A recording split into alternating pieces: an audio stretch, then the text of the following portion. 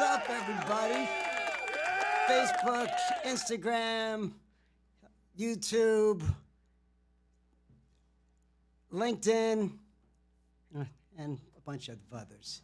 So, I have a topic today. Who's your favorite bands? What are the bands that influenced you to become a musician or want to play music? I would have to say the very first was Chicago. Actually, the very first musician would have been Glenn Campbell for me. I was probably 3. He pulls this thing out of his pocket and he starts doing this crazy stuff on the guitar, which was, for me, the Pick Up Destiny. So whatever that was that he pulled out of his pocket, I was like, Dad, you gotta get me that. Whatever he pulled out of his pocket was magical. I think I was 3 or 4.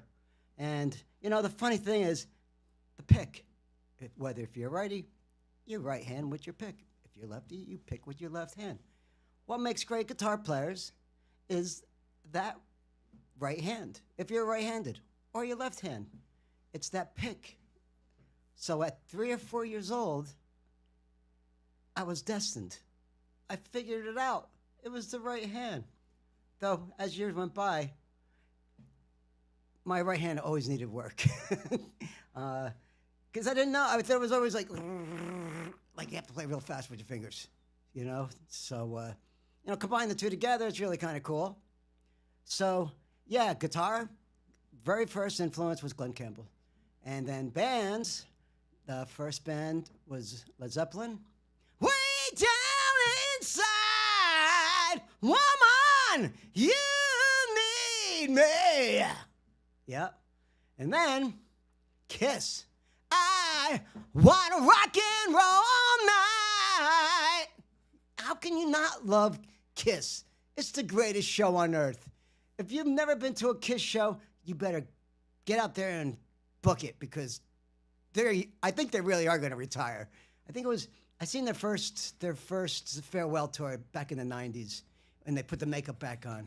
I took my oldest boy, which is now like in his upper 30s. So I took him to go see Kiss, and their farewell tour, which was probably over 20 years ago with my friend Kevin Grady. I think it was me, Kevin, Lance, and so yes, the other band was Alice Cooper too. Right around when Zeppelin in the 70s, my cousin Carrie played in a band called the Bitter Creek Band, and he was a drummer, and he showed me how to play 29624 by Chicago. So usually the first riff for a guitar player is Smoke on the Water. But for me, it was 29624.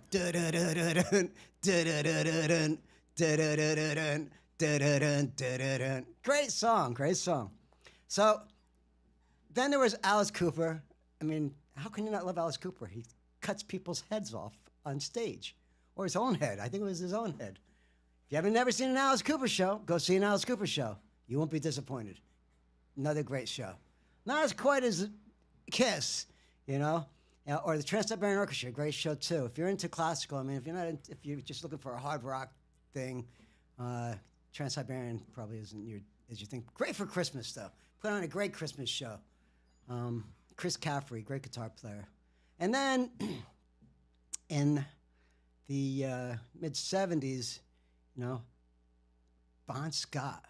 Bon Scott was my first vocalist influence. Whenever I was in a band, and when you're in your teens or before your teens,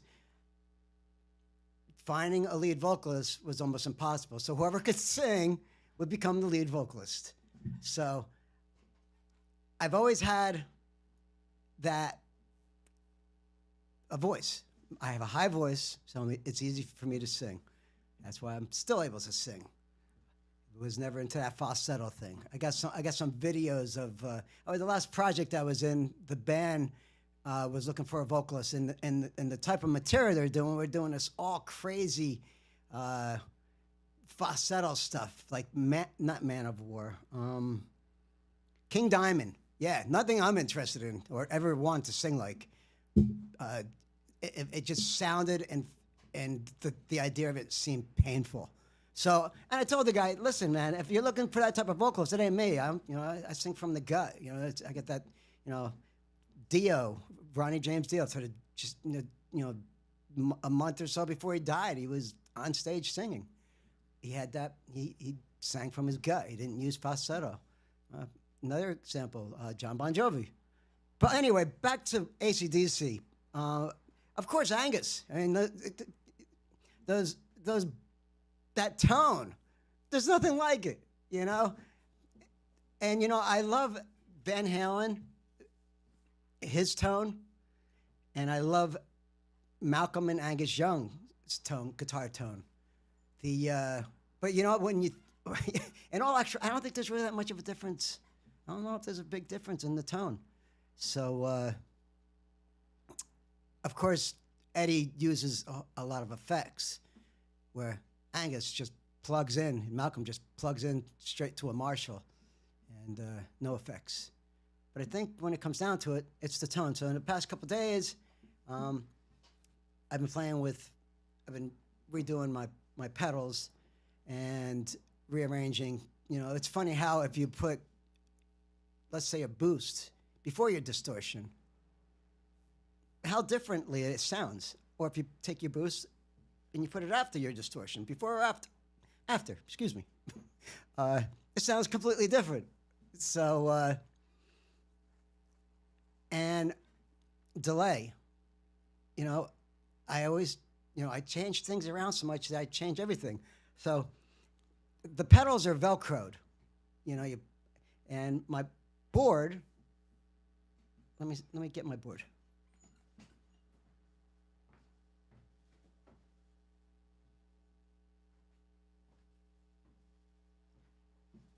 This is just,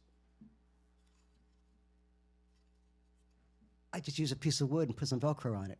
Yeah, I think it's more fun building your own boards. I have professional boards, that are made from different companies, but I think it's exciting to build your own stuff. It's so simple, And let me see if I can switch over. I got 3 others that have all my pedals on it. Let me see where. There we go.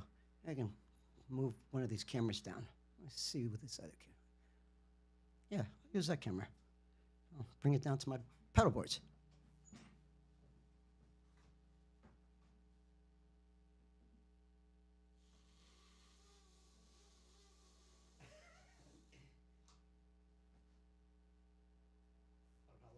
Cable's gonna.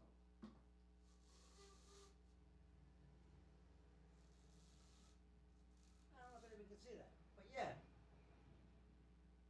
they're just boards. That's my mic stand. That's in the way. Let's see. Yeah. So there's my pedal boards. So I want to put some light on the subject. Got natural light. I got the window open. Get around all these cables.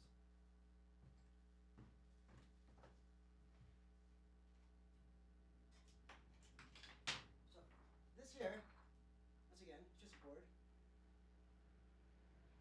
That's the back of it.